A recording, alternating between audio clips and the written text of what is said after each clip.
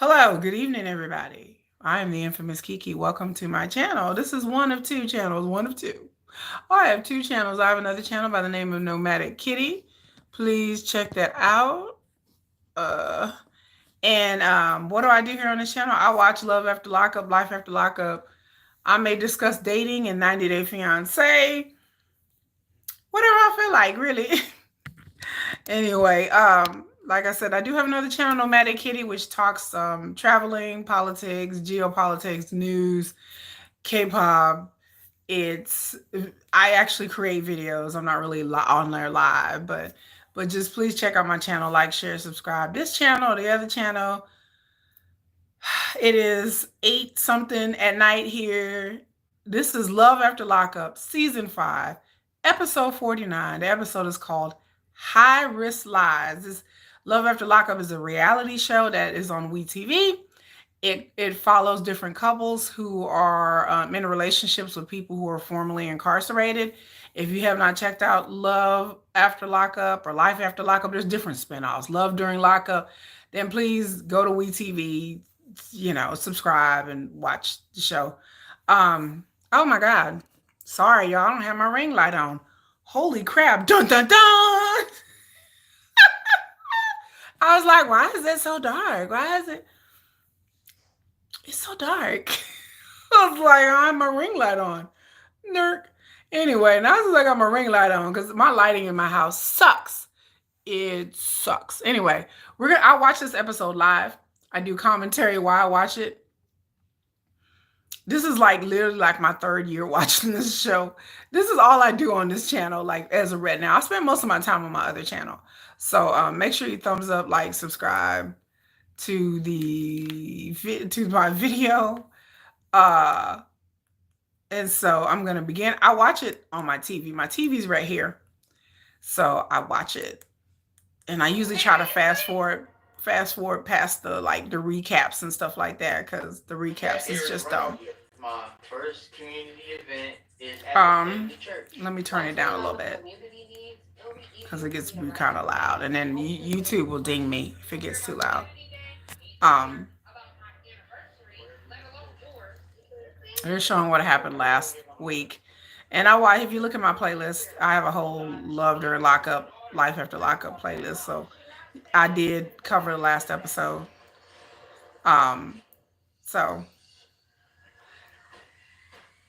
So they're starting Syracuse, New York. We are starting with Troy and Zariah. Lord have mercy.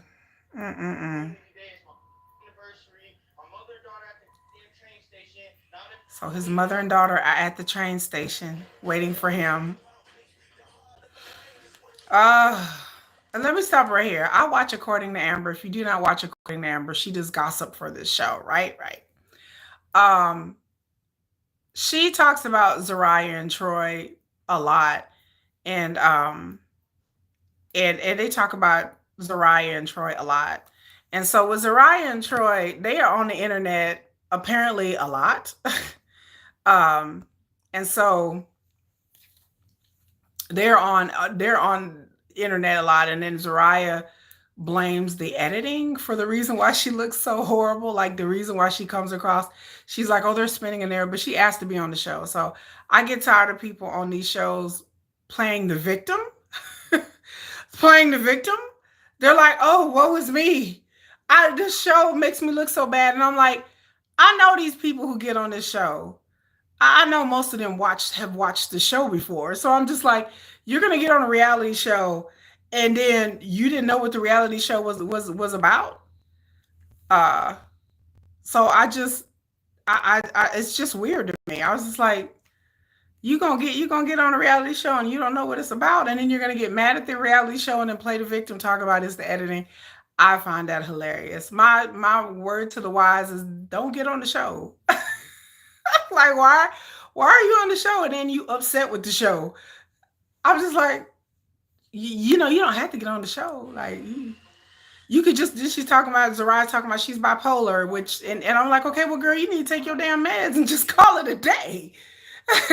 Like, because this show is not making her look stable. And so she's like, it's the way it's edited. But then she tell Troy, what the F you looking at? Like, you didn't have to respond like that. Like, that's all on her. She's upset because she's stressed out and she's supposedly bipolar. And like I said, I'm not trying to drag nobody because of their mental health issues, but come on now, girl, get it together. And then, like, okay, let me pause it again. And then Troy's mama's online talking about, well, they're young. They're young. Zariah's like 33 years old and Troy's 30. I said I didn't know 30 was still young. I was like, is 30 young? Is it? I was like, well, because Troy's mom is like, well, y'all leave Zariah alone. Like one moment she's dragging her and cussing her out, the next moment she's on the internet. Like Troy's mama, okay, Miss Karen, like, okay. One moment she's dragging Zariah and cussing him out. Then the next moment she's like, well, leave him alone. Because apparently Troy's baby mama has stopped after seeing the last episode. She got upset, which I would. They left her daughter and Troy's mom at the train station for like 4 hours. So she got mad and so she cut off contact. She told that Troy he couldn't talk to his daughter. His daughter's name is like little Troy. Her name is Troy too. And she was like, I guess the baby mama was like, nah, this is a wrap. Because yeah, if you left my child at the train station for hours, I'm gonna be like, no, my kid's not gonna be on this show no more. And I understand that Troy's mom was saying that she got a check and the kids got a check. That's the only reason people allow their kids to be on this reality show is because they get a check and then their kids get a check too for being on the show. But still, it's not, that check is not worth to have my kid up here looking like Boo Boo the Fool. For a check, I'm good on that. And so apparently Troy's baby's mom is not letting the daughter Troy talk to Troy. And so, they decided to be on the show. Like you can't be pulling these stunts and the tricks and flips and then you want to be on a reality show. It's just dumb. It just doesn't make any sense. And then blame it on the edit because you talk to your husband like he crazy. And so she's mad at Troy because she don't know who he's texting, and that was with the last episode. And I'm like, girl.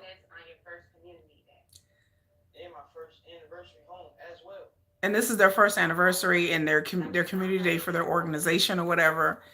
And so she's upset, I guess, over something. I to the point I don't even know what the hell Zariah be upset about. To be honest with y'all, I just like 9 times out of 10, I'm just like, okay, what we upset about again? I'm like, was she mad about again? Then she talking about I love you. Oh my God, like. No, it's not a great start to their anniversary. It's just so it's such a weird dynamic between them. Like it's just so bizarre. Like I don't know if they're smoking too much weed. Like I don't know what it is. And then it looks like they did a community event. It looks like there's like literally like 10 people there. Like I'm not trying to drag it, but I mean, no, I'm looking. Don't like there's many. She's like, oh, it's for the community. That's because they trying to get a government check that they're a nonprofit, and so they're required to do like certain amount of community events. That's the only reason that they're doing this because the organization is broke. And I appreciate what they're doing. They, trying to help the community and feed the people. Like, hey, Dustin, what's up? And I appreciate what they're trying to do, but you know, I guess they helping somebody. I guess. I mean, they're feeding people, so I'm not gonna drag them too bad. But Zariah needs to get, and then Zariah and Troy are always on the internet. They're always on social media. They're always on Facebook. They're always.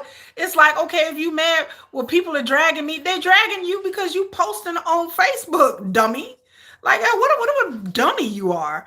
Like, okay, just post on Facebook and be like, you know what? It's the editing and it looks bad, but hey, I don't mean anything malicious behind it. I didn't mean to lead, Troy's daughter and mom at the train station. That's all she had to say.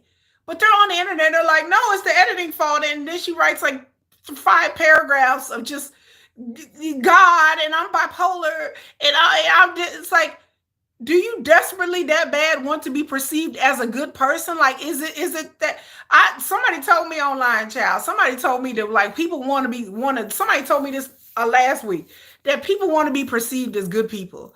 And I said, is that what it is? Because I can't understand the notion of your dumb ass getting on a reality show and you bipolar as hell and you're abusive and you talk crazy, and then you're mad because people call you out on it, but you still get on the internet and you fight with people.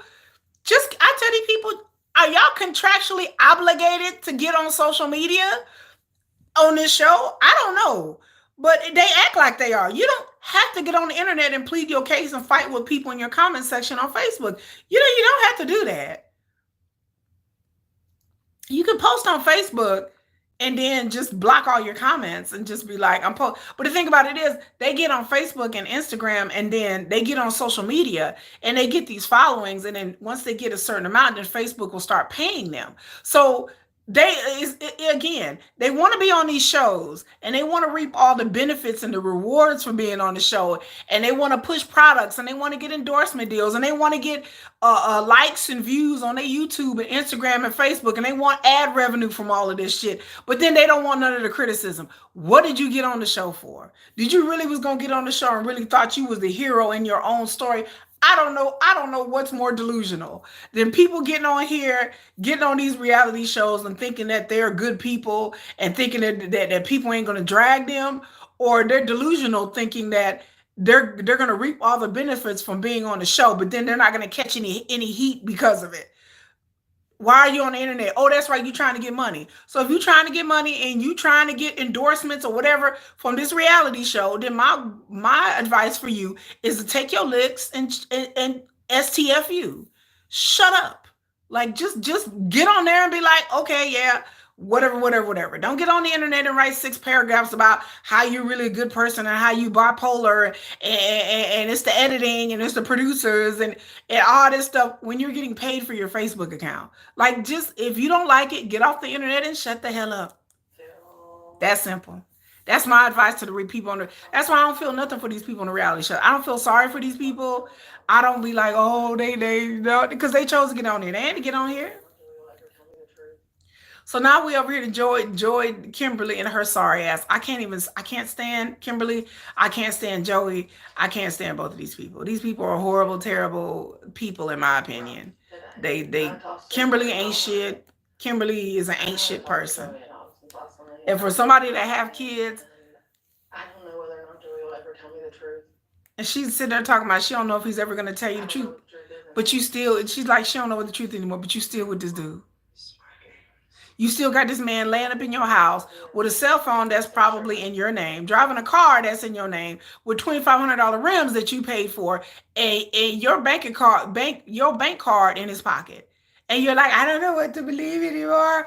I just don't. And you looking stressed and just distressed, stressed, and beat down. You look like you didn't aged about 10 years over a course of like this whole season. Kimberly look like she don't look like she 30 something years old. She like she about motherfucking 55 in the face. Joey tested positive for cocaine. Boo boo, just deal with it. Boo boo, deal with it. Boo boo, move on, girl. Kimberly is making no kind of sense. I mean, I like, this is what cognitive dissonance. What y'all? This is what this is.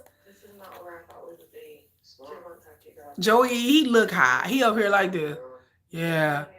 No, I didn't do any drugs. How you gonna be positive for a drug test and sit up there and be like, no, I didn't do any drugs? I'm wondering where you're going. I don't have time. Stop. I'm not doing anything. He's like, I'm not doing anything. You've been acting like you're on drugs. Because he's on drugs, Kimberly. He's on drugs. Kimberly. So that's what you went to the store for last night? Yeah, that's exactly what I went for. Yeah, she got to put a tracker on his car that she paid for. Same test. We'll go back here and look. I should be able to be a little bit at least. Then he gonna do the test again? That Joey's strong enough to remain clean, but she said he thought he was strong to remain clean. I don't understand people like this. I don't understand. But people was online talking about, the enablers and That there are men and women out here who get with dope fiends. I said this in my last video. That there's men and women out here that get with dope fiends. It's like this. Just fell on the pedal. It's going on the floor. That they like it. And that's the car I'm not riding in. And then she talking about she ain't gonna this. She's like, I'm not doing this. This is a car I'm not riding in. Yeah, you will, Kimberly. Yeah, you will. Cause you desperate to have a man. You desperate to have this man. So yeah, Kimberly, she gonna put up with it and just roll on out. So anyway, we on commercial break. Melissa and Louie. Sherry. This is Melissa and Louie. I just fast forward because it's just fake. The whole storyline is fake. I don't care that they engaged. I don't care that they get married. I don't care. I don't care. I know. I don't care about Melissa or Louie's mom or dad. I just don't give a shit. So anyway, we're on to Justine and Michael because I had to skip Melissa and Louie. It's just dumb. I'm excited, but I'm also very nervous. Okay, 2 weeks to her due date. Hey, how's it going? Why is Justine's hair like this? Why does Justine and Mike? Why does Justine and Michael insist on dressing like toddlers, acting like toddlers, looking like toddlers instead of like people who were like in their late 30s? I just somebody please let me know. I just don't understand Michael and Justine. Like to me, they're wackadoo. They're cuckoo for Cocoa Puffs. Why do they act and dress like this? Like they dress like little kids. Like who? I just. Definitely ready. Ready and done. What kind of doctor? They here to see some kind of doctor? Oh, the OBGYN. Justine's 36 years old. She got a hair braided with a heart in on the side. Like, do they think this shit is cute? It's like, oh, girl, it'd be cute if I get my hair in pigtails and I get a French braid and a heart. Like I would do my daughter's hair like that. Like when she was 5, my daughter's 10, and it would be like, oh no. But these people in their 30s and they think this is cool. So many doctor's appointments. We have probably been to. So she's saying that she's been to a lot of doctors. She's going to see the OBGYN But because she's a high-risk pregnancy. the finish line and ready to have this baby. So she's ready to have a baby. She's 2 weeks away from having a baby. Chapter of pregnancy. I'm ready to close. She's talking about she's ready to close this chapter of pregnancy. Justine, I'm ready to close this chapter of your story on this show. That's what I'm ready to close. I'm ready to close that chapter. I'm ready to move on and you and Michael go and y'all get your asses off this show. That's the chapter I'm ready to close.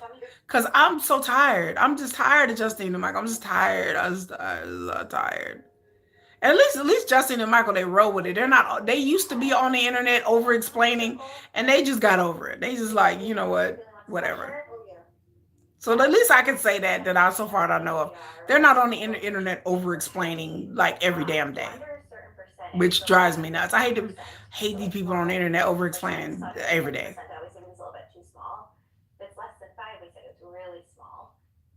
When high risk called me, they were measuring maybe around the 7th percentile. So like I said, if we get less than 10, we say that we're kind of in that danger area.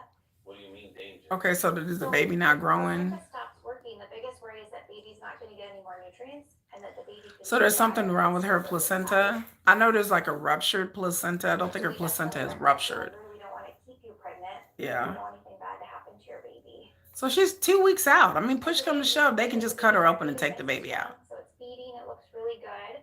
So today, baby's not in danger, but the further we get, the more risk there is. She said the further they get, they're 2 weeks in though. Like I find. Weeks is just a few days away, so I think we should definitely get you scheduled for that 38-week delivery. And Yeah, they're saying they have to deliver the baby at 38 weeks, which is good. Yeah, so they're just gonna have to take the baby at 38 weeks, which is. Yeah, we don't want to wait till 39 or 40. Yeah, she's not going to make it to 40. And that's what I said before. I said with her being her high-risk pregnancy, they'll probably take the baby at 38 or 39 weeks. And that's nothing. 2 weeks is not really that big a deal. I had a premature child, so I should know. My baby was 31 and a half weeks.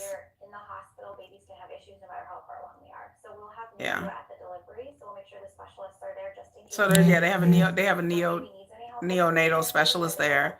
Whenever you're at a high-risk pregnancy, I had two high-risk pregnancies. That's why I only got 2 damn kids. After the first one, I was like, the second one, I was like, After that, I ain't having no more kids. Like, I'm too old to be having kids. What is she crying for? What is happening? What is? Oh, now she crying.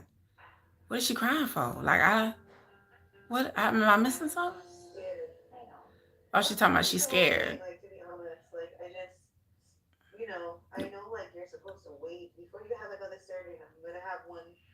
The babies aren't even gonna be a full year apart at this point. Yeah, the babies are not going to be full year apart, but you should have thought about that before you laid up and had another baby, But Justine. when you have babies back to back, sometimes it doesn't give that uterus time to heal. Yeah, it doesn't give. Yeah, her uterus hadn't had time to heal before she got pregnant again. We're hoping that's not the case, So, but we're ready because you if know. we're in there, if that's happened, there's just a high risk that you can bleed and hemorrhage. Yeah. And that's where we see. Yeah, it's a high risk. She could have a uterine hemorrhage. Oh no, that's the last thing you want to have. Because you bleed on the inside, you get sepsis, and you could be not make it. Then we're going to take out both those tubes. So the only way to get pregnant would be IVF. But like we talked about, we don't. And so they're gonna take out both of her tubes to where she can't get pregnant again. I definitely want the tubes out. She wants her tubes taken out. So they're gonna take out her fallopian tubes whenever pregnant too. I just It's scary. It's almost scary, but y'all didn't think about that though. Like I tell people, bringing a kid into this world, especially this world, it's decisions. That's the reason. it's like, the older you are, the more high risk it is, and then it also depends.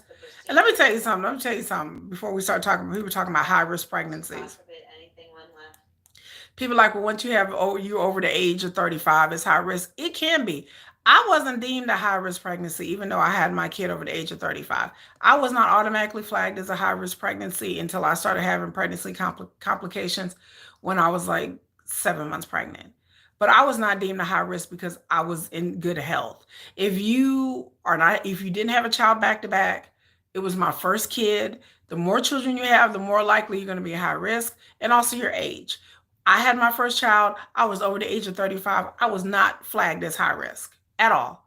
I was in shape. I didn't have any pre-existing conditions. I didn't have diabetes or high blood pressure. I had no kidney or heart issues. So the idea that people are out there telling people like, well, if you get pregnant over the age of 35, you're automatically flagged as high risk. I would say it depends on the OBGYN. I was not flagged at high risk. It was my first baby. So yes, Justine is going to be flagged at high risk because it's not her first child. And she's having a child so closely back to her other one. So yeah, but just because you're 35, 40 years old, it don't mean that you can't have a baby. It doesn't mean you're going to be flagged. It depends on what shape you're in and how many kids you've had. You don't have any pre-existing conditions, you can have a baby. You can be 50 years old and have a baby. I can still have a baby. So, then there's a thing called like uterine age. I won't get into it. But yeah, there's a thing that OBGYN can go in there and evaluate like the age of your uterus. And if your uterus has healthy tissue, my uterus has TMI, has very healthy tissue, I could carry a baby, even though I'm old. I mean, and I would have to be monitored, but it wouldn't necessarily not be a viable thing for me. But people have had babies at 45, 50 years old, y'all. This is not the dark ages. Like some people are still living in what things that they were told 20, 30 years ago or 10, 15 years ago.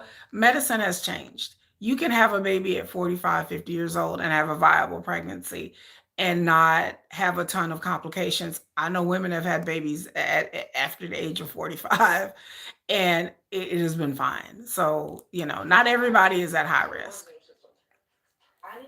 So I just thought I'd tell everybody that because I didn't have to fight with people on the internet. I'm like, no, you don't. Your uterine age has a lot to do with it.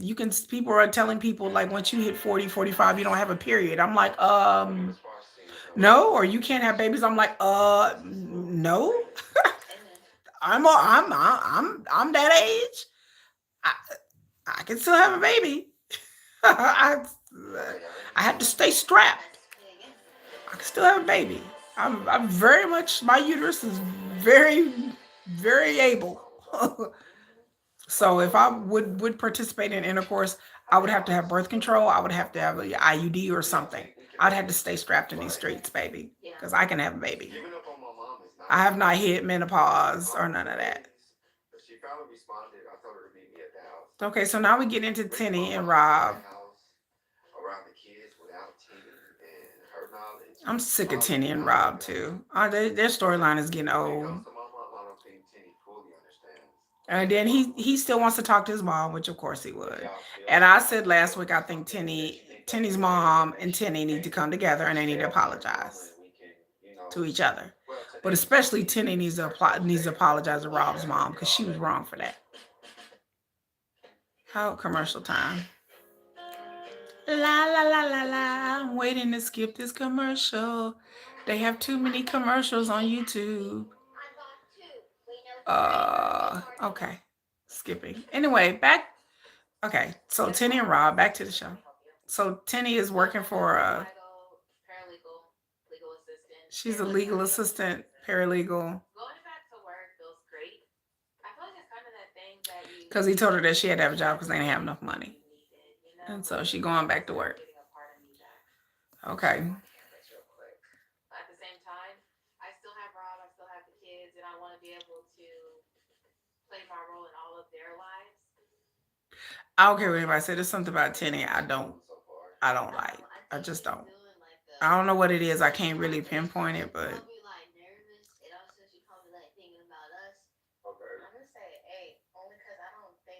She's nervous, yeah, but at the same time, you're here, so I don't think she's as nervous. I'm gonna say it is because I really do believe in her. No, I think she's gonna be great. Yeah. So he's talking with the kids about grown folk stuff again. I hate when people be on these shows and they be talking with kids about grown folk stuff. Don't eat that sausage shot with flour. Like, it's just weird. So I guess, okay, he did invite the mom over. Oh, this is gonna be good. So Rob's mother is saying that she didn't even want to come. She didn't want to bother, but Rob begged her to come. I don't know. This is something weird about Rob's mom, too. Like, the way she acts is it's a little janky. Like, the way she acts is a little off. Like, I think the teeny acts off and Rob's mom act off. So, Teeny's at work, so he decided to bring his mom, okay, to see him and the kids.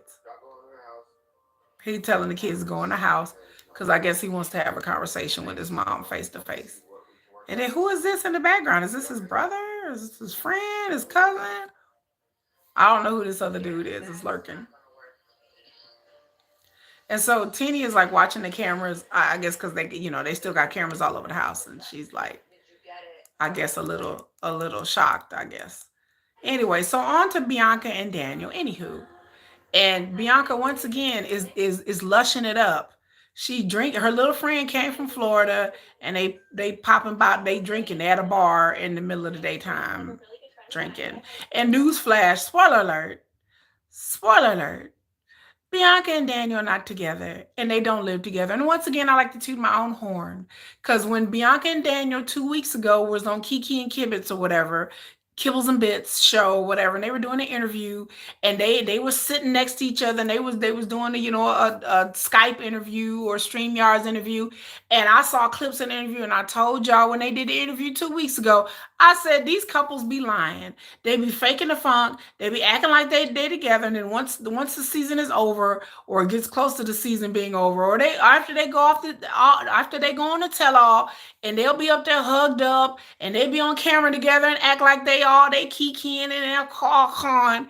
And then I said, watch it, they don't even be together. And lo and behold, looky, cookie. It came out according to Amber. You can check out her channel. That Daniel and Bianca, they don't even live together. They ain't been together. He got another girlfriend. He was cheating on Bianca the fucking whole entire time that they were together. He was cheating on her. So again, he was just trying to find some place to stay and somebody to be with. And he knew, and to me, in my opinion, he knew what the deal was with Bianca. The moment he came home from prison, he probably called his mama and was like, Mama, what you want me to do? I promise you, Daniel knew what time it was. The moment he got out of jail. The moment him and Bianca, when she was tripping out and she was up there fighting, talking about he didn't pour her a cup of coffee and all that. Daniel knew what time it was. Daniel ain't stupid. I said, thank you, Daniel. For once, somebody ain't a dummy. So do I condone cheating? No. Do I condone Daniel cheating on Bianca? Yeah. I said, go ahead, Daniel. Go ahead. Daniel's cute. He can go find him another woman just like that, baby. Just like that. Go find him another woman. Do I think Daniel got can be a scumbag and got some ways about him? Yeah. I mean, yeah, but I, but Bianca ain't shit, in my opinion. She not. She young, she dumb, she arrogant. She need to go and spend her money to get an education and get her life.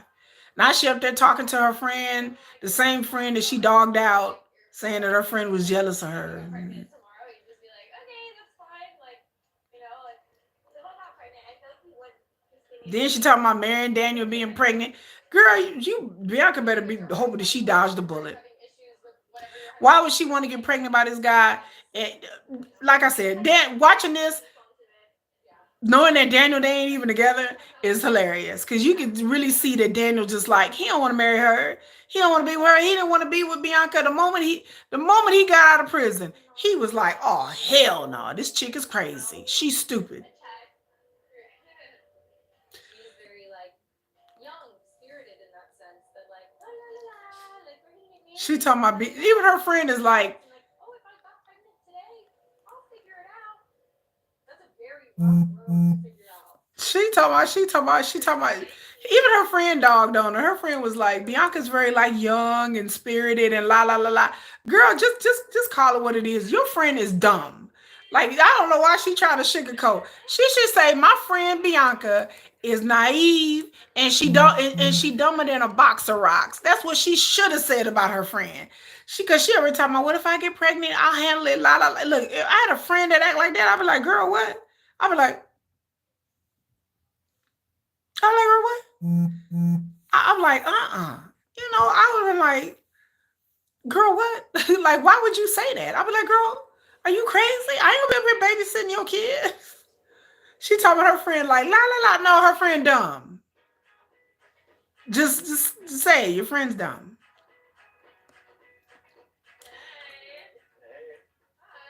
I would tell her, I'd be like, look, my friend is dumb. Like, oh, why can't we tell the truth?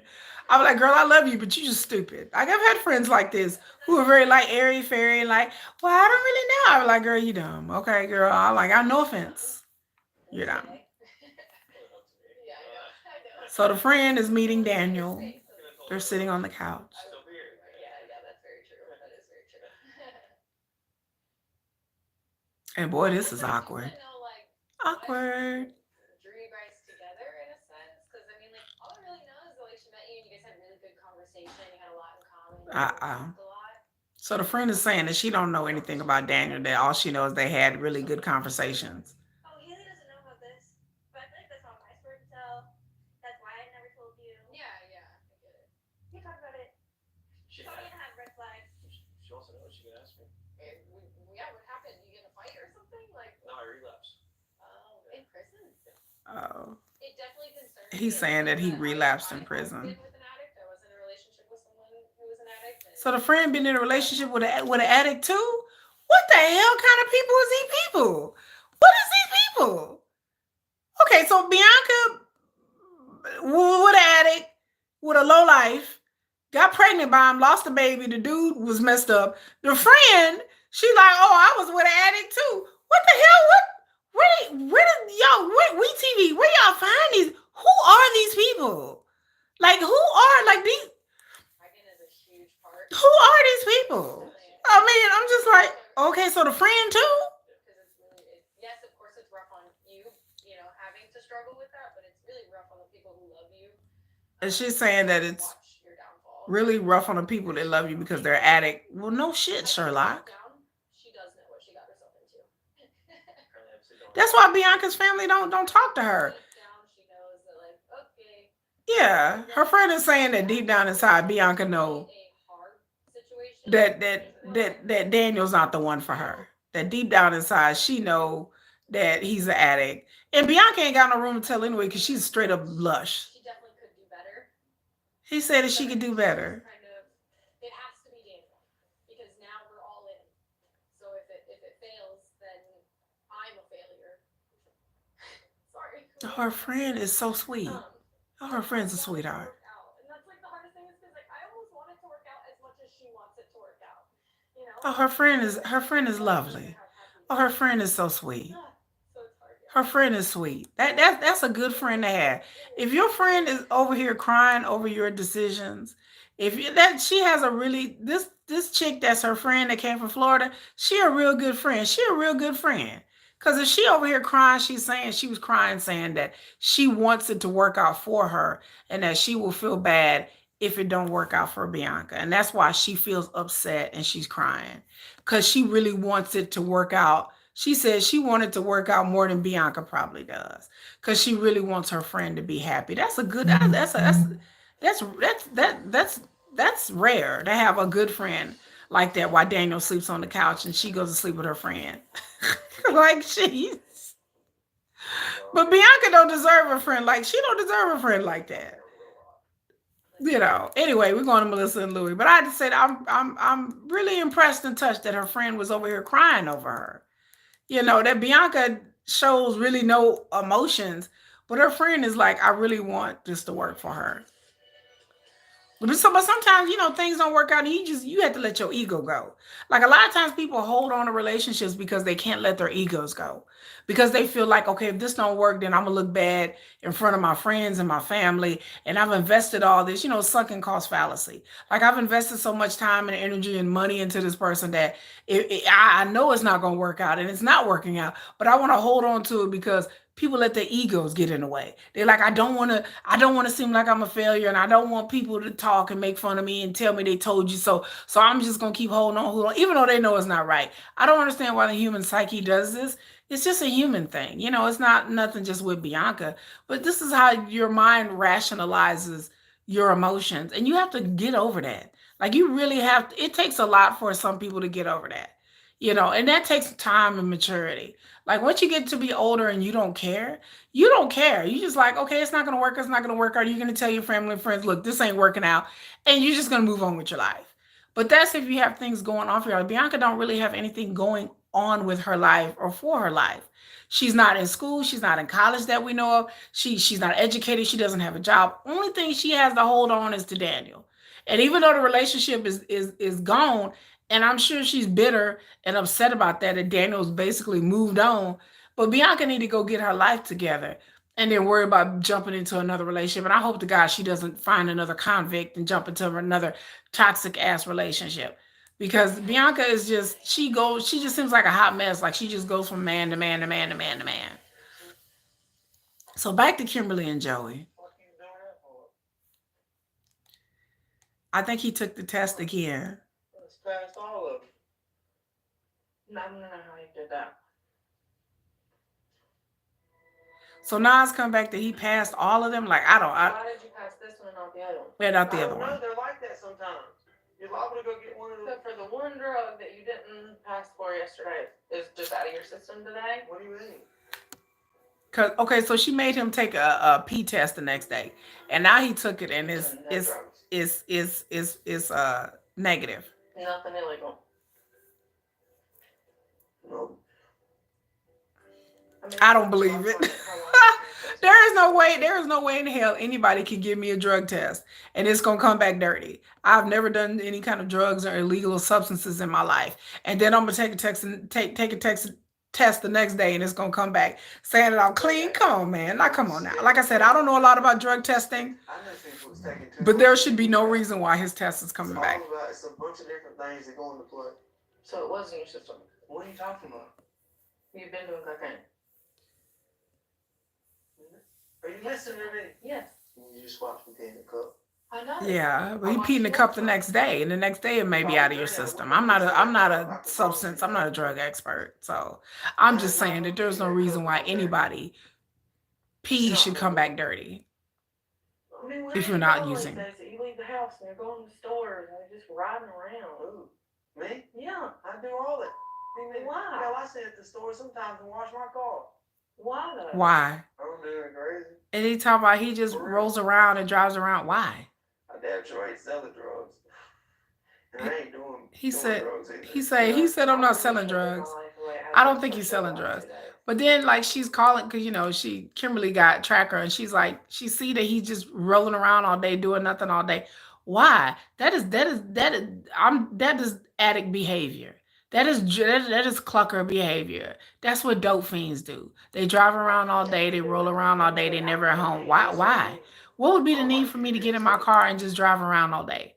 I understand that he just got out of prison, and I understand that. Well, he better, the way he look a little chunky, he better go jog. He better go.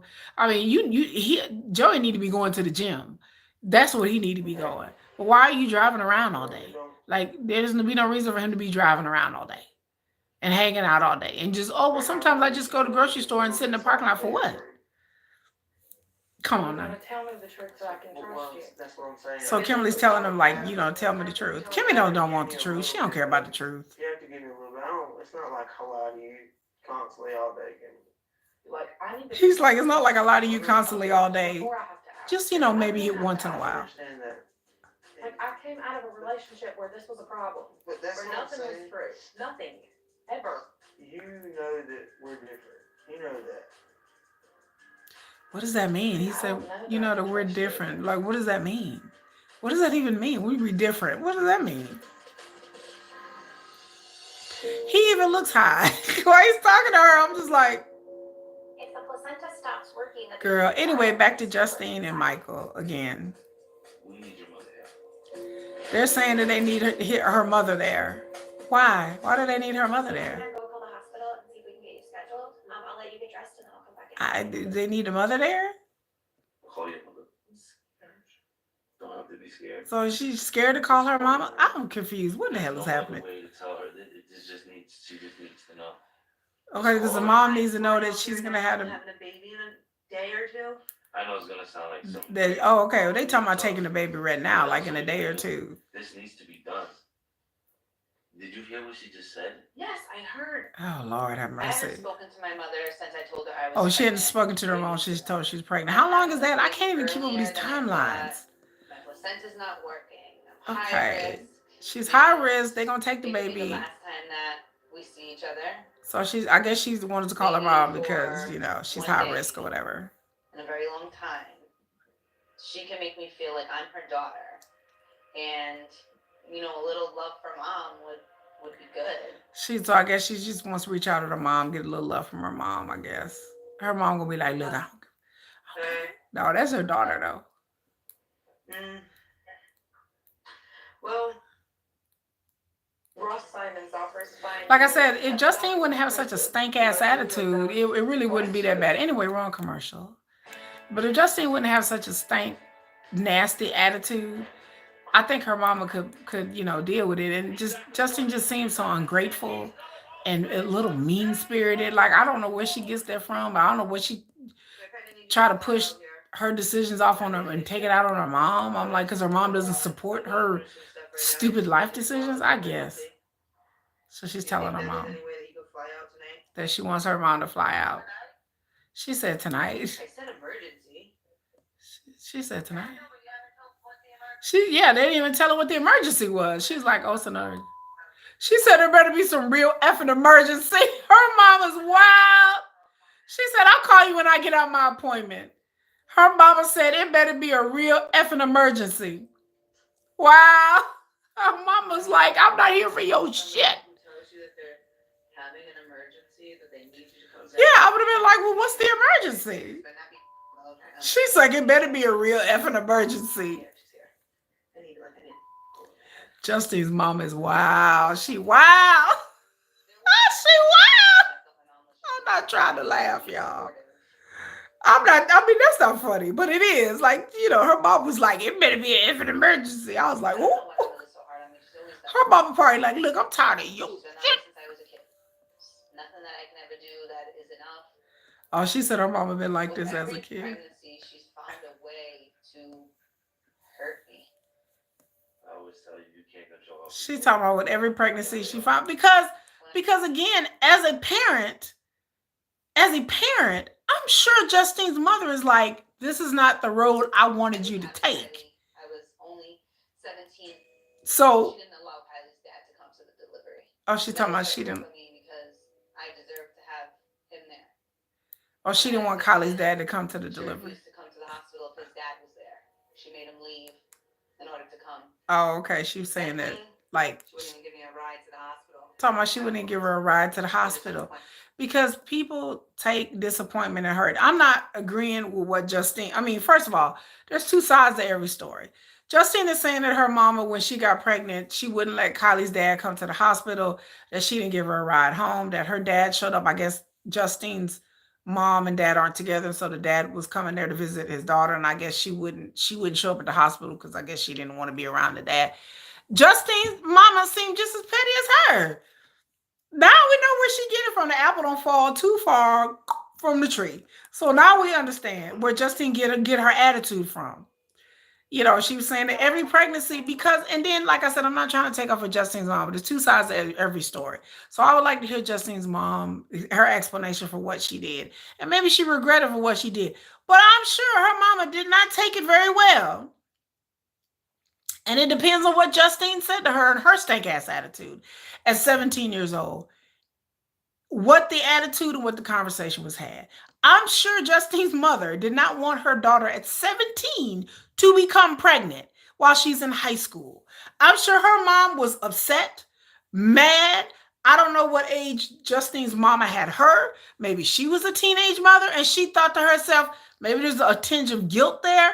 Maybe there's disappointment, there's guilt, there's worry, and maybe it's all the thing. I guarantee you, if my child become pregnant at 17, I would act a straight ass. I would not be happy with my child being pregnant at 17. I'd be fighting. I'd be upset. I'd be mad. I'd be like, and it depends on what Justine said to her mother. Maybe she was really defiant, like, I don't care what you think, I'm having this baby and you can't do it. You know, maybe she went off on her and talked to her mom like that. Her mom was like, okay, fine then. I won't be there. I don't have to be there. So again, it's always two sides to most every story. So Justine making her mom out to be a villain. I'm like, okay, Justine, but what did you say to your mom? Did you say, Mom, I really want you to be there. I need your support. Or did you defiantly walk in there and be like, I'm pregnant and I'm having this baby and I want to have a baby? And, you know, her mom may have been like, whoa, wait a minute, back the F up. Like, you know, so I would like to hear the mom side of how it went down when Justine had her first child.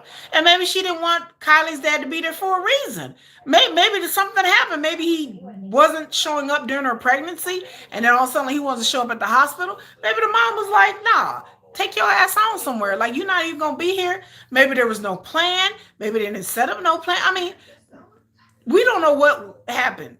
So I want to hear from Justine's mom what happened. I want to hear from Sherry.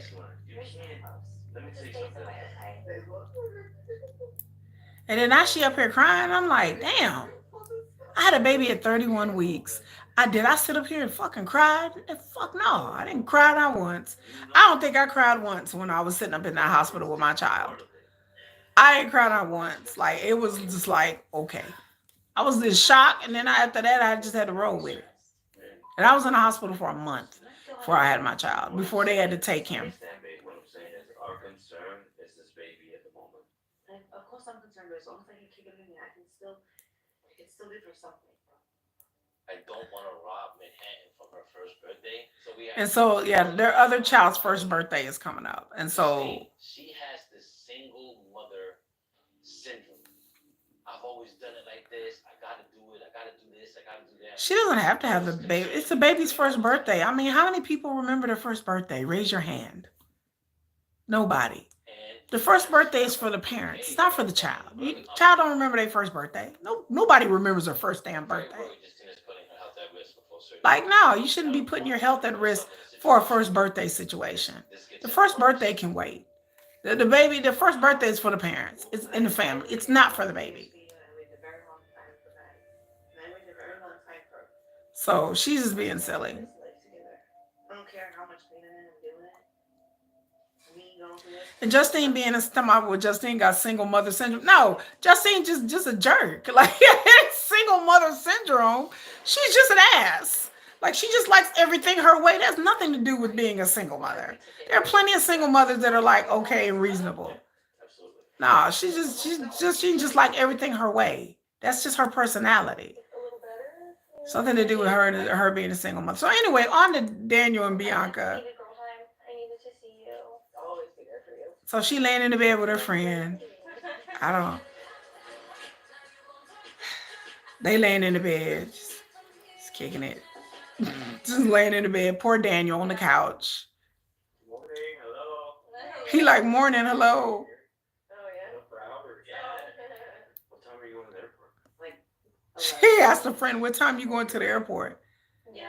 Her friend is leaving that day. I'm really happy that I came in and visited. Yesterday, I was really nervous for her. Her Bianca's friend Haley, that's her name. You say, I will. Props up to Haley.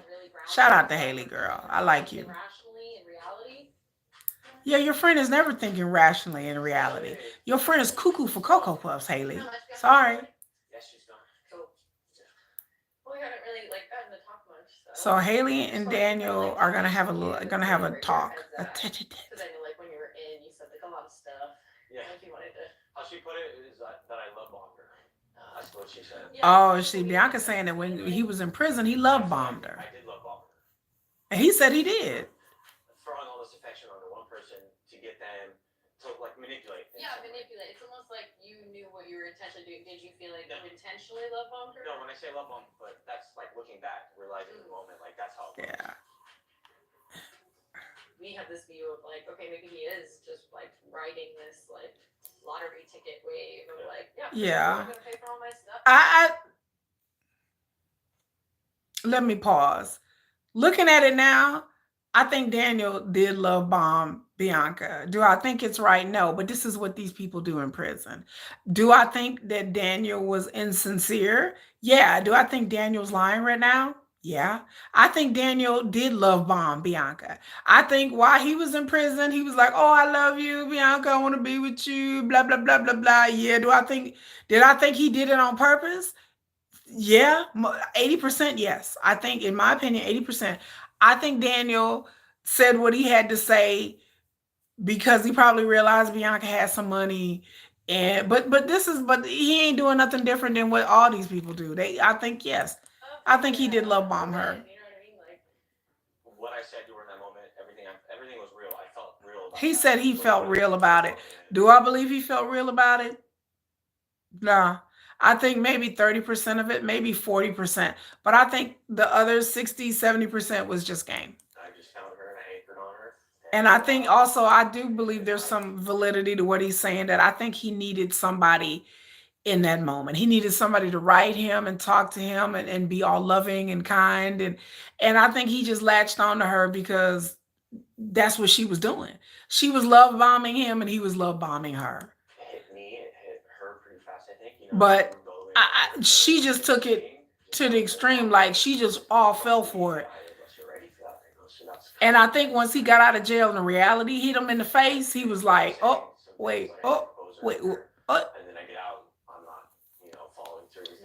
Yeah, so that's why Bianca feels disappointed in him. But then, once he got out of jail and he wasn't acting the same way, she should have just let it go. She should have just let it go. She should have just let it go once she realized that he wasn't acting the same.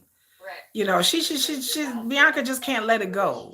She just. Do you feel like you truly love her now? So the friend is saying, do you think he's truly love Daniel's lying? No, he don't, because he's been cheating on her. I don't want to see her heartbroken later on. I don't want to see her getting. She's saying, Haley's saying, I don't want to see her getting heartbroken. Honey, Daniel's already cheating. By this episode, baby, Daniel's already cheating. Knowing Bianca, she will continue to invest in this relationship even if she's unhappy. She's saying, okay, the friend Haley is saying that Bianca will continue to invest in this relationship even if she's not happy. Look, if that's not certifiable cuckoo for Cocoa Puffs, ladies and gentlemen, I don't know what it is. If you are still investing in a relationship that you're not happy in, you're crazy. She feels like it's going to get better. Haley's saying it's feel like, and Daniel's like, why would she do that? She said, oh, well, Bianca, her friend Haley's saying that Bianca feel like it's going to get better. That is codependency. That's crazy. That's crazy. If you are investing in a relationship that you know is toxic, that you know is bad for you, but you still I'm going to keep investing in because it might get better, you're certifiable. There's something wrong with you. The whole white picket fence. Talking about she wants the whole white picket fence. Honey, she got to seek that within herself. Same future. The picture's there. It's just a little blurry right now. So Daniel's being real. He was like, no. Me when I tell her that I love her. I think she's confusing the feeling of in here, the feeling of what's out here. Yeah. Material items. Because she's provided a roof. She looks out in a way that's caring and it's nurturing, but I think she's confusing like the expression of love. Daniel's saying that he thinks that she's confusing the expression of love, that her buying things for him and stuff. That's how Bianca feel like, okay, I'm showing love, but that's not real because the money could go away. Anything could go away anytime. And that's not real. That Bianca's getting confused with her buying things for Daniel as like, oh, this like real love. And that's not, it's not real. You really want to or not. So you just have to be honest with yourself. And just you're telling me if I don't really want to do it to let her know. Yeah, her friend Haley's saying that if you really don't want to do this, then you just have to be honest with her and let her know. Like, this relationship is not going to work out. Instead of stringing her along for months and months and months and months and months. But Daniel he wants a place to stay. He don't. Yeah, Daniel understand. He know what time it is. Dude know what time it is. He like, I need a place to stay. Yeah. And yeah. Was nice meeting you. Yeah. So he's finna take Haley back to the airport. And they had a good conversation. And Haley, again, she don't seem like she dumb. I would never drag Bianca along. He told me he would never drag Bianca along. Believing in us is the moment that I ended. So did you guys knowing that he's cheating on her. Yeah. She's telling her that he didn't mean to love bomb. How do you accidentally love? Because you get caught up in the moment and you get caught up in the romance and the fictionness of it all. Some people do like that. They just get caught up in we're separated and they get excited by the separation and, you know.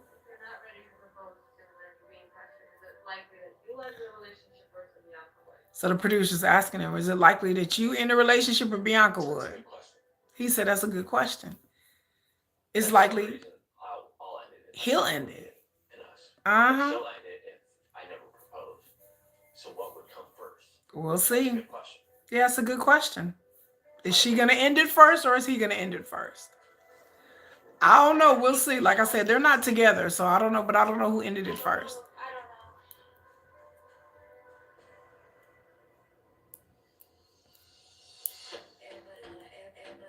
But again, the point is like you can't make a relationship with anybody be your end all be all of your reason for living and your life. Okay, here we go, Melissa and Louie. Fast forward. I don't care, Melissa and Louie. Boring. Okay, anyway, past that. So this is commercial. Okay, fast forward. Okay, so.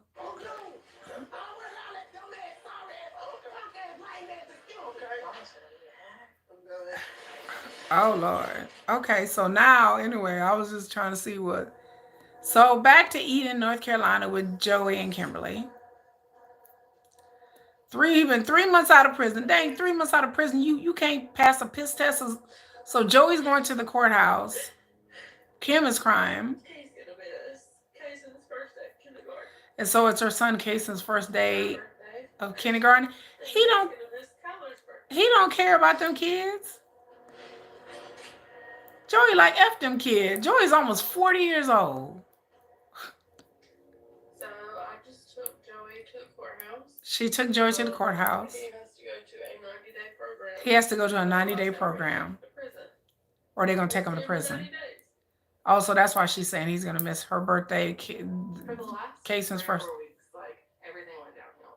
Oh, she's saying. So decided to go to one of these vape shops in town and buy Delta 8, which shows up in your system as THC. So it's not illegal in the state of North Carolina. But this is a gray area because he can't have any drugs in his system. Okay. So he went to. PO drug testing every month. And he Okay. failed 3 drug tests for THC. He failed 3 drug tests for THC. My life has been upside down for a little while now. I'm lying to my kids. And as crazy as this sounds, like, I don't love him any less. And now she's saying that she don't love him any less. Girl, if you don't, girl. He didn't fail 3 drug tests. And now he got to go to a 90-day program. Being a single mom again is extremely hard. I'm stuck here doing all this stuff by myself. I'm still paying for everything by myself. Honey, she talking about, so he gonna be in his facility for 90 days. All because he supposedly took some kind of Delta 8 something at a vape shop. First of all, if you're on probation and you know you're getting drug tests, you're getting piss tests once a month, there's no reason why you should be at a vape shop doing anything other than vaping. There's no reason why you should be taking any like, you can't tell me that Joey walked into a vape shop and he didn't know what Delta 8 was. You cannot tell me that he didn't know that it had THC in it. And then I don't believe the explanation anyway. We don't know how the THC got in Joey's system. So you mean to tell me that something he got from a vape shop, that's how the THC got in his system? Man, come on now, stop. I am to a point now where I know that I need to get back to where I don't have to depend on anybody for anything. So now she back to being a single mama. And she's like, it's hard being a single mom. Well, no shit, Sherlock. I have 2 kids. No shit. Yeah, it's hard being a single mother. Duh. Well, duh. You just do what you got to do and move on. We got a dog too. Well, I got to do all this stuff by myself. Okay, yeah. And I would rather sit there and put together shit and do shit by myself all damn day. As long as I got to put up with a dope fiend. As long as I got to put with somebody lying to me, where I got a lot of my kids, they blowing through my money. You think I would rather deal with that because I want somebody to come and put some furniture together? I'm good. I'll find somebody to put this furniture together. I'll call somebody. I call the handyman or some shit. Other than dealing with some dude laying up in my house, burning through my money and lying to me. Yeah. That's better than being a single mother. Nah, man, nah. I'll be a single mother all day. I ain't got to deal with no dude. I'm good. I'm like. So the cousin is over now. Smoking that stuff from the white shop, that Delta 8 stuff, like marijuana. Basically, it's synthetic, but it's legal to buy. It's synthetic marijuana. It comes in your system as THC. So that was the third one that he found. I don't believe Joey. Totally not surprised that Joey's in rehab. Yeah. I don't believe him. I just have a hard time believing that, like, you know. But I don't think Joey could do that right now. He needs to prove that he can live and be sober.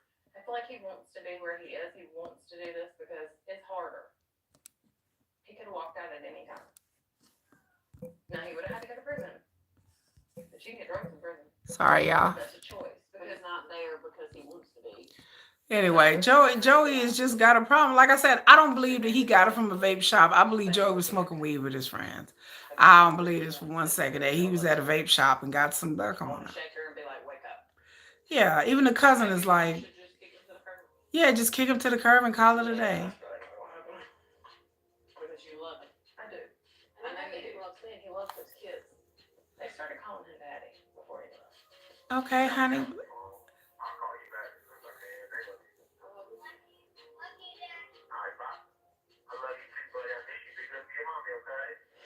Oh, that ain't good. Yeah. And see, that's why this is so hard on them, because he sat them both down and said, And why in the hell would you have your kids calling this man daddy when they have a dad? They have a daddy that pays $2,500 a month, even though he may not see his kids. Daddy's got to go to work. I'm going to be gone for a couple months. And he don't have a job. They're constantly asking, like, when's Daddy coming back? I can still see, like, a little bit of them acting out because they're emotional. Like, they miss him. I need to see. And then she's like, oh, well, the kids miss him. I feel like you think Joey's not. Ma'am, it's been 3 effing months. Stop. There is nothing that annoys me worse than these mothers pushing these men on these kids, and then these women emotionalizing and making the relationship out to be more what it was. Her kids are like 3 and 5. 3 and 5. Not 15, not 10, not 13. They 3 and 5. He's been home 3 months. Well, the kids just miss him so much. Bitch, please, shut up. Give me a fucking break. No, bitch, you miss this dude. Don't try to put this off on your kids. Like, oh, they just miss him so much. He's even though he's only been here for like 3-4 months, but the kids, I think we're doing it for the children. I get tired of these women using their kids as an excuse for the reason why they got to stay with a man. It's been 3 months. I guarantee you get another 3 months, the kids is going to forget about it. They're young. They're 3 and 5 years old. Well, they're calling him daddy. Yeah, because you're probably the one that told the kids it was okay. Kids, you can call him daddy. You can call him daddy, kids. Go ahead. Go right ahead. Call him daddy. He daddy now. Go ahead. Yeah, because, bitch, you wanted the kids to call him daddy. You pushed that on your children, probably. So don't give up people like the kids just really miss him. No, bitch, you miss him. In 3-4 months, the kids are going to be like, who? It ain't like he's been there 3 years. It's not like he's been there like 2 years, a year. He's been there 3 months. And you talk about, hey, my kids, they really miss him. They just miss him.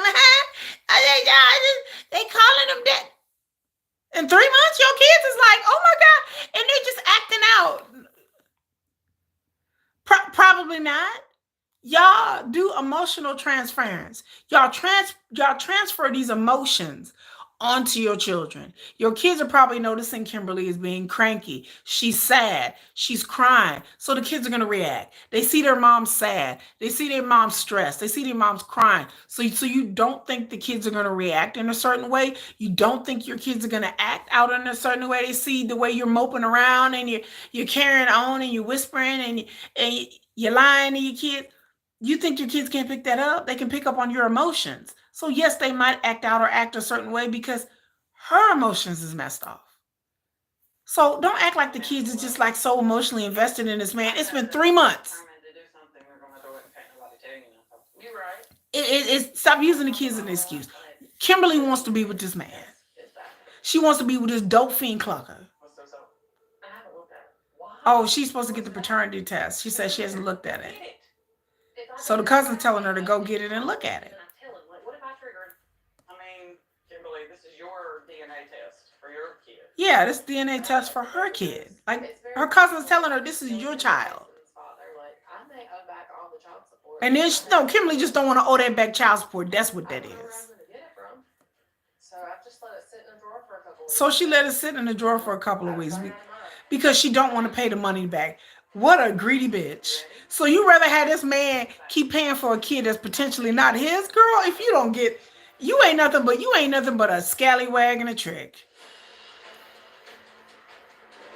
Like that's just trifling.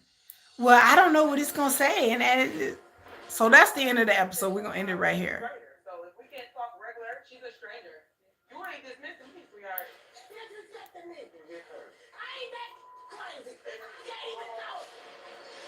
Oh wow! So coming up, we coming. So anyway, Zariah and Troy, back to them. Oh, that's not the end of the episode. Sorry, y'all. They trying to settle things with the baby mama. I know community day. It was a lot. So they had their community day, Zariah and Troy, and it's over. But we got the 50 youth to sign up for our program. And they got 50 people to sign up for the program. And so they haven't even had time to celebrate their anniversary. So now she can sign up for the grants because she got more people to sign up. Because, yeah, that's kind of how it goes. Let's get moving. It was definitely upsetting that my daughter was brought all the way. Yes, it was upsetting that the daughter was brought all the way out there and they didn't pick her up. Her father, due to all the events and everything that was going on. I'm going to get you and Troy. Just give me a few. What? And so they sat there. So now they're. Yes. Spending time with my daughter means a lot to me. I now have my moment. He said he wants to spend time with his daughter. And so now. What are you nervous about? Dealing with this annoying ass baby mama of mine. Well, we can't focus on that, Troy. Seriously. If that's the mindset that you're in going into this, that's not the good mindset that you need to have. I take full responsibility in him missing to pick up baby Troy. Or at least she take full responsibility. Zariah says she take full responsibility for not going to pick up the baby. So that's good. At least she takes responsibility and said, yeah, that she didn't mean it. I don't have a problem with your baby mother. I want you all to have a good co-parenting relationship. So And she said that she want them to have a good co-parenting relationship. Okay, that's good. maybe Oh, that's good. And that's how it should be. They should want them to have a good co-parenting relationship, and there should be, it shouldn't be an issue. It should never be an issue. You should never, when it comes to a kid, it's always about the child. It's not about your personal feelings or your jealousies or your pettiness. It's all about, can this kid be a part of this other person, the parent's life, and that's it. pretty much non-existent. I feel that we haven't had the chance to have. So Zariah is saying that she felt like her and the baby mama have not had a chance to have a conversation. I want to develop a relationship. That she wants to develop a When relationship. are we meeting Troy? So they're going to meet the baby mama and his daughter. One day, eventually, you know, we could all. Troy says he's hoping that all day they can all coexist, which that's how it should be. So it should be. You don't want to sit down? You too nervous? I ain't sitting down. So it looks like, I don't know what the hell they're wearing. I have no idea. I don't know if this is like a 1992 like rap video. 1992 call. They said they want their clothes back. I don't know what's happening. Where my daughter And so the baby mama showed up and she said, "No, the daughter's not here." at? She's not here. She's not here. Oh, she didn't. Oh, she didn't bring the daughter. You give Troy the proper apology then. You Well, know. I can't give her the proper apology if she's not here. He wanted. I guess. Okay, Proper way to I apologize. got a kid with you, so you already know how I'm feeling. From here on out, right now, me and you have to get an understanding. She said. I don't have a kid with your wife. She said, "I don't have a kid with your wife." I told you that. This is between me and you. Until me and you can build co-parenting stability, nobody should be around when we're having a conversation. I agree. Yes, ma'am. I agree. The baby mama said, until we can establish a co-parenting relationship, it's between her and Troy, not the wife. She's like, I don't have a relationship with you. They need to build a relationship and a trust first. Then it has to do with the wife. I totally agree. And if that was my man or husband, I wouldn't be offended. I'd be like, okay, it's fine. To be with another. I'm not interested at all. I'm okay. She says she's not interested at all in what Zariah has to say. We can't talk regular, me and you. That they need to talk. Because if you don't respect me, then she's not going to respect me. Right. She's saying that she's telling Troy that if you don't respect me and you have a problem with me, she's not going to respect me either. She's always going to have a problem with me. Amen. Amen. That she always going to have a problem with you. Right. I've been having feuding with Troy here. Right. Until me and you can build co-parenting stability, Yes. can't be anybody else involved. Right. Right. I mean, I see what she's saying, that there can't be anybody else involved. That they have to build a relationship, like co-parenting.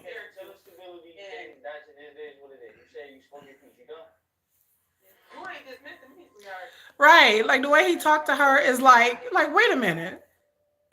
We had the conversation. Say what you said. I said what I said. My daughter's not here. My daughter's not here. Is my daughter in your car right now? You don't Is know my daughter in your car right now? regardless of that, you still don't know how to be a parent. Regardless. She was saying that he still don't know how to be a parent. Is my daughter in your car? Don't worry about what's in my car. Don't go to my car. This is when you step in and control your husband. Because that's none of his concern. I'll be right As a back. woman, you should like You Troy, can't know step what? in and want to talk now.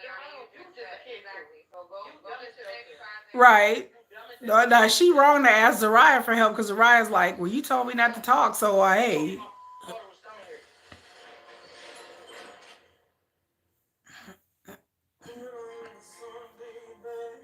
Y'all go in the house. Y'all good? And I agree with the baby mama. Like, there has to be, but you know, the way Troy deal with her and talk to her, it's just like, I don't understand the animosity. You're dealing with somebody that's raising your child, so I just don't understand why he's upset with the baby mama. And she's like, he's barely even been around his daughter. So you like, okay, like, come on now. The last time I saw my brother, it's been a minute. I heard. Okay, so back to Teeny and Rob. My mom Keyshawn is there, and that's Rob's younger toxic. brother. So I just thought it would be important for me to come. And so he thought it'd be important for him to come. Well, that's nice. What's going on? You know, we haven't been able to. So the mom is sitting there with. I don't even know what's going on. Like, I don't even know what you've been through. I don't know nothing. So the mom is saying that she don't know nothing. In life, in a different setting, I don't want to go back to where I came from. And me and my family decided that UConn was the place to be for us to be, out the way working and raising the kids. I get it. And then the kids is watching from the window. With us as well. I'm hurting. So the mom is saying We all hurting. that they're upset. Every day ain't gonna be how y'all want it to be. Let me figure it out. Y'all haven't got any time to figure it out. Yeah, he just got out of prison not too long ago. What, just being Tulsa every day? Oh, I guess because they live in Tulsa, and he lives in Yukon. I don't know how far those are away. It is definitely disrespectful for Rob to have set up a meeting without me. So Tenny said it's disrespectful for Rob to set up a meeting without her knowing. Why? It's his mama. Well, I mean, it's like, why would it be disrespectful? Deal with your family, that's fine. We willing to accept that and move forward. And all I'm here to do is just dedicate my name. That fight that we had, that wasn't supposed to happen. So the mom said, no, that wasn't supposed to happen. That's not my character no more. Mom said that's not her character. I don't know. How did it happen, Mama? Because two grown women having A fight is not cool. It's okay for somebody to put their hands on you. Right. And then she told it, this is right. She disrespected it. No. She didn't hit you. She wouldn't dare hit you. Oh, God. She did. She put her hands on her. What? Did you not, Mama? What? She didn't hit you first. She didn't come off. Yes, she did hit her first. She hit her first. She hit her first. She hit her first. Roll the tape. What?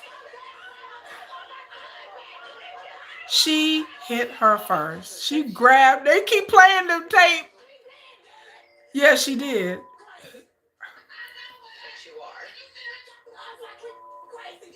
She did hit her first. She hit her first.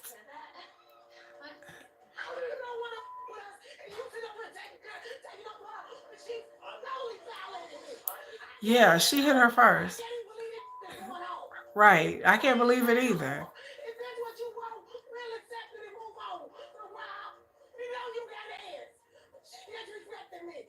She did.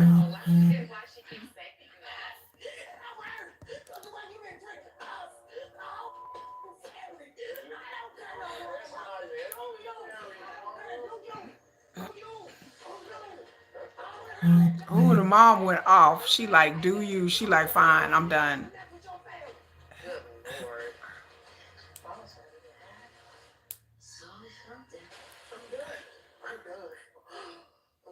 I feel bad for the mama because yeah, I don't agree with the mom. So that's the end of the episode. I don't agree with the mom. The mom look like she go off. She got some anger issues, but I don't. But Teeny hit her first. She hit her first. And for her to be up there and be like, for Rob to be like, she didn't touch you. Roll the tape. Like, I don't know, maybe he ain't seen the tape because the episode ain't aired as the time that they were recording this. But Tenny definitely went over here and put her hands at her face. It was ready to grab her. Like, I don't know what she was trying to do, like trying to muff her. I don't know what, but she definitely hit her first. And to just sit there and be like Rob's mom to blame it on her, that's wild. That's wild. So this episode, I give it a C+. I would say it was an all right episode. That's wild. That's wild. But for him to sit there and say that his mama hit her, that Teeny didn't hit her first, that's wild, y'all. That's wild. Like I said, they didn't roll the tape about 10 times, but again, we're seeing this after the episode already aired. But for him to sit up there and say that and knowing like it was on camera. And so I wonder what he thinks now, because seeing the video, I don't care who wants to make excuses for Tenny. I don't care, if the mama did get in her face, but the mom did not touch her. Tenny reached out and was about ready to either grab the mom or put her hands in her face, or I don't know what she was trying to do, but that happened. He was like, no, I wouldn't. So I don't know if she actually put her hands on Rob's mom's, but she put her hand up there like she was gonna hit her. So there you go. I mean, the tape don't lie. You know, we didn't see the video over and over again. Tape don't lie. So I don't know what he thought he saw. And like I said, it was just a fury of emotions and arms and nails. So maybe he didn't, it caught him by so surprise that he wasn't, he didn't really remember, or it just happened so fast.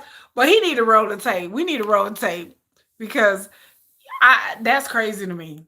Like that's crazy that he would take um her side over it, and because it's for sure that Teeny went after her first. And then Teeny's problem is that she could have just walked away. When the mom was like, I'm not talking to you, I'm talking to my son. She was like, oh, I'm finna go get a drink. She just could have walked off and went and got her a drink. But she came back around and was like, what is your problem with me? That's when it popped off. Teeny didn't have to do all that. She could have just went and got her a drink. She could have got her a little mimosa. She could have sat over to the side and just been like, I know that, she know that Rob's mom don't like her, so she should have just left it alone. But she couldn't. Teeny couldn't leave what well enough alone. Like she couldn't. She just couldn't. She couldn't let it go. Like it's just.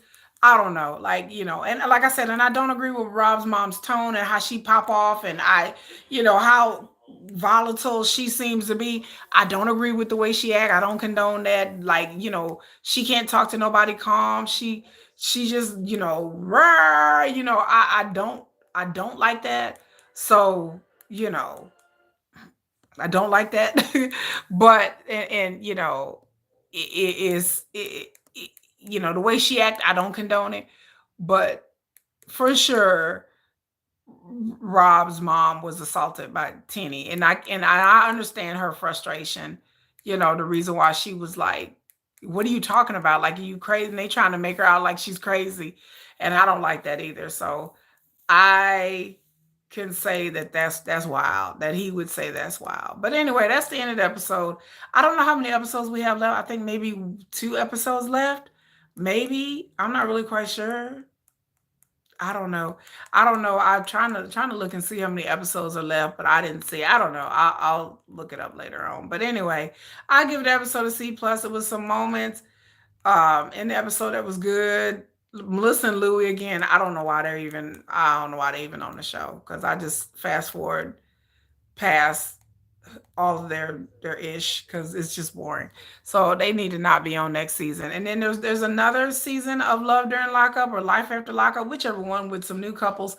That'll be I think in the next 2 weeks. I think December 13th or December 12th, 13th, something like that. The second Friday in December, there's going to be a new season with new couples. So I think we only have like maybe 1 or 2 episodes left before it gets into um the other show. I think the next show is Love During Lockup. I don't know. I'll do a video about what's coming next season. So I thank everybody who's been here. Make sure you like, share, subscribe, thumbs up the video. And until next time, people, peace out. Hey, GSP and Tiffany and Dustin. Hi, y'all. I know. And Fabulous Me that comes on here. So the rest of y'all and all my lurkers, hey, lurkers. And so y'all have a good day. Y'all have a good night. Bye.